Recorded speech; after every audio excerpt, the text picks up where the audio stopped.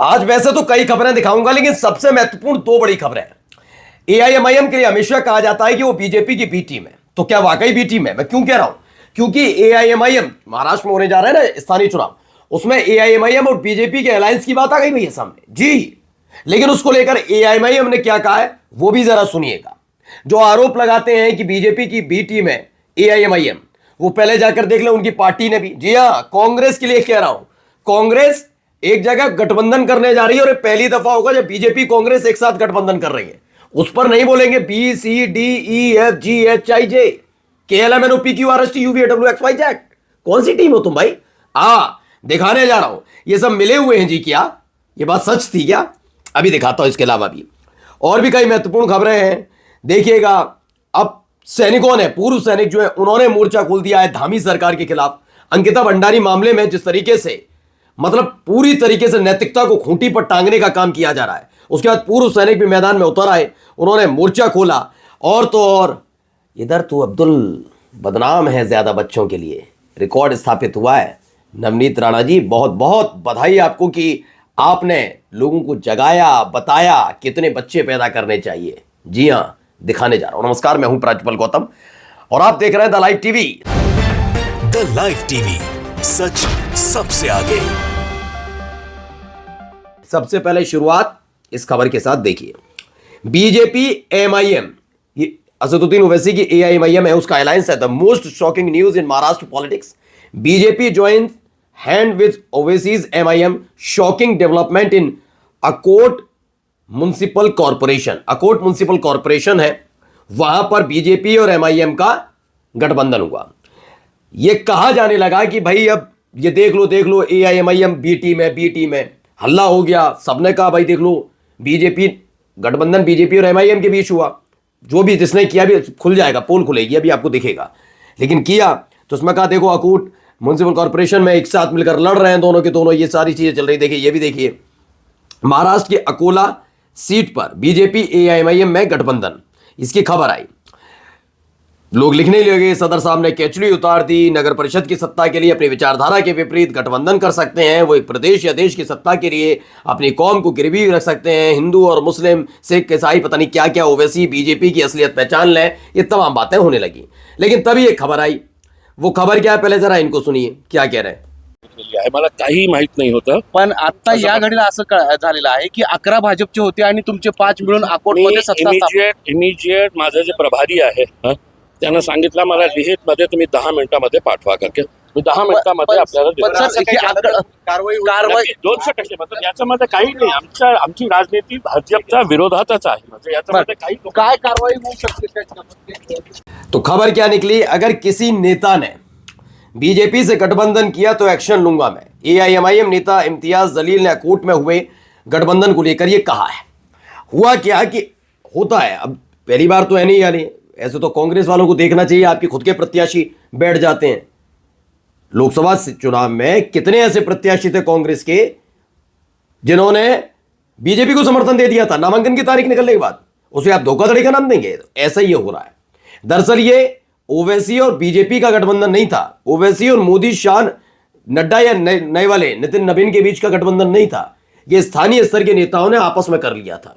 और इस बात को लेकर इम्तियाज जलील ने तो ये कह दिया, लेकिन इस पर कोई बयान आया? भारतीय जनता पार्टी अंबरनाथ, क्या अंबरनाथ नगर परिषद, भारतीय जनता पार्टी, भारतीय राष्ट्रीय कांग्रेस पक्ष, राष्ट्रवादी कांग्रेस पक्ष, अजीत पवार गुट और तमाम चीजों के बारे में लिखा गया। इसे लिखकर राजदीप सरदेसाई हैं, बड़े पत्रकार हैं, आपने सुना भी देखा भी होगा, इन्होंने लिखा बीजेपी कांग्रेस का अलायंस। शायद यह पहली दफा होगा देश में किसी भी हिस्से में जब बीजेपी और कांग्रेस एक साथ मिलकर अंबरनाथ म्युनिसिपल कॉर्पोरेशन में पावर के लिए एक साथ खड़े हो गए। बीजेपी और कांग्रेस एक साथ मिलकर चुनाव लड़ रहे हैं, यह बात खुद राजदीप सरदेसाई लिखते हैं। तो बी टीम, चलो मैंने अभी एआईएमआईएम को कहते हैं बी टीम, फिर सी टीम, सी फिट भी हो रहा है आपके लिए क्योंकि सी से बन रहा है ना, सी से कांग्रेस, क्यों कह दिया जाए? देखिए यही सारी सिस्टम होते हैं, दूसरे को आरोप लगाने जरूरी है।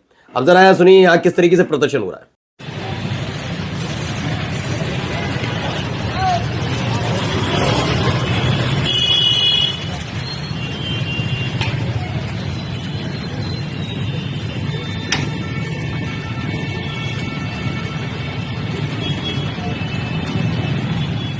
शांतिपूर्ण तरीके से हो रहा है पैदल मार्च। तो अंकिता भंडारी को न्याय की मांग को लेकर आज देहरादून में पूर्व सैनिकों ने पैदल मार्च निकाला। यह पैदल मार्च वहां पर निकाला गया क्योंकि आप देख ही रहे हैं, कभी सीबीआई जांच की तरफ बढ़ रही है, ये हो रहा है, उधर वो चले जाते हैं, कोर्ट की मानहानि हो गया, ऑडियो वीडियो, जिसने ऑडियो वीडियो जारी की उसके खिलाफ केस दर्ज हो रहा है, लेकिन जिसका नाम उसमें है उनसे पूछताछ नहीं हो रही, तमाम चीजें हो रही है।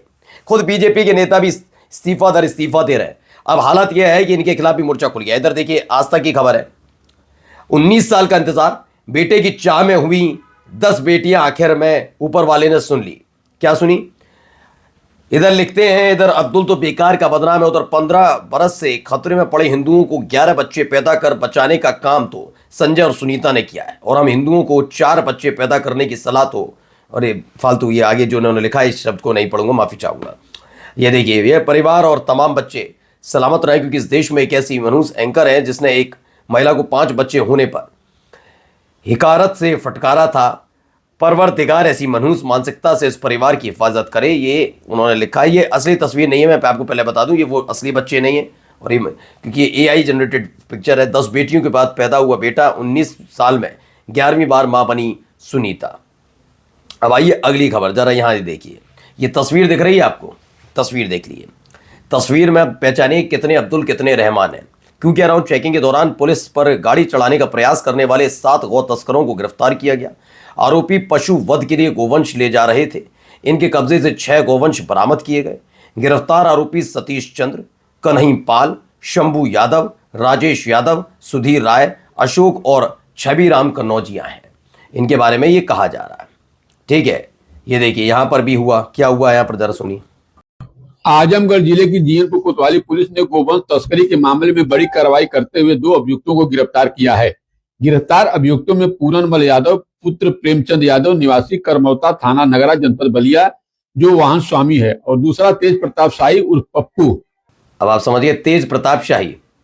ठीक है, ये बताना इसलिए जरूरी हो जाता है दोस्तों, क्योंकि लोगों को बड़ा मजा आता है रहमान और अब्दुल का नाम सुनकर। गौ तस्करों की भावनाएं यहीं पर बस आहत नहीं होती, बाकी सब कुछ ठीक ठाक चंगा सी लगता है कि तुम कर सकते हो और कोई नहीं कर सकता। अब अमृत सहन है क्या है, इनके लिए क्या कहा जा रहा है, पहले सुनिए। चुनाव आयोग ने नोबेल पुरस्कार विजेता 92 साल के अमर्त्य सेन को अपनी नागरिकता साबित करने को कहा है। SIR प्रक्रिया में चुनाव आयोग को कोई अंदाजा नहीं है आनंद फानन में किए इस प्रक्रिया ने उसकी साख को कितना प्रभावित किया, आप समझिए।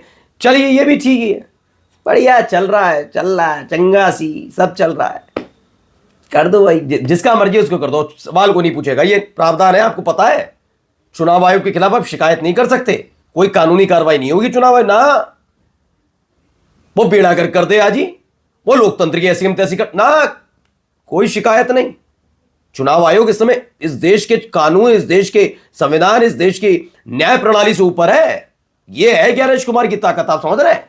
चीखते रहिए, बड़े बड़े ज्ञानी ध्यानी जहां पार रखने से डरते हैं, मूर्ख वहां धड़धड़ा कर घुस जाता है। वे इतने बड़े मूर्ख हैं कि दुनिया में पहचान रखने वालों से कह रहे हैं कि अपनी नागरिकता साबित करो, शर्म तक नहीं आती। जरा सुनिए, शर्म आती भी तो किस किस को है, जरा आएगी क्या, जरा सुनिएगा।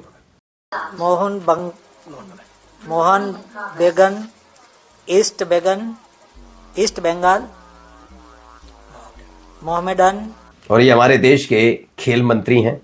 इन्होंने एक स्टेडियम का नाम पढ़ा है या जिस जगह का भी नाम पढ़ा, बेचारे स्पोर्ट्स क्लब के नाम ऐसे ऐसे रख दिए जाते हैं, मंत्री जी पढ़ नहीं पाते। शांति वाला हर जगह का नाम अगर मोदी रख दो तो ये सारे पढ़ लेते हैं ना, कितना अच्छा रहता है इनके लिए। लेकिन देखो, ये जानबूझकर किया गया है कि मंत्री जी से वो नाम पढ़वाया गया, इनको मालूम था मंत्री जी पढ़ नहीं पाएंगे, है ना। मुझे तो ऐसी साजिश लगती है। रवीश कुमार लिखते हैं, कमाल है, स्पोर्ट्स क्लब के नाम पर आलू बैगन भिंडी तोरी रख देने चाहिए ताकि मंत्री जी को पढ़ने में दिक्कत ना हो। IAS लोग भी बाद में हंसते होंगे अपनी कार में, सामने तो हंस नहीं पाते होंगे। और आखिरी खबर बस जाते जाते जरा देखिए, एक आदेश आया है, हिजाब पहनकर सोना खरीदने पर रोक। बिहार में बना नया नियम, देश में पहली बार है। हाँ, पहली बार है, सब कुछ पहली बार है। देखते हैं कि बिहार में कितनी बाहर आती है, दिख ही रहा है। नमस्कार।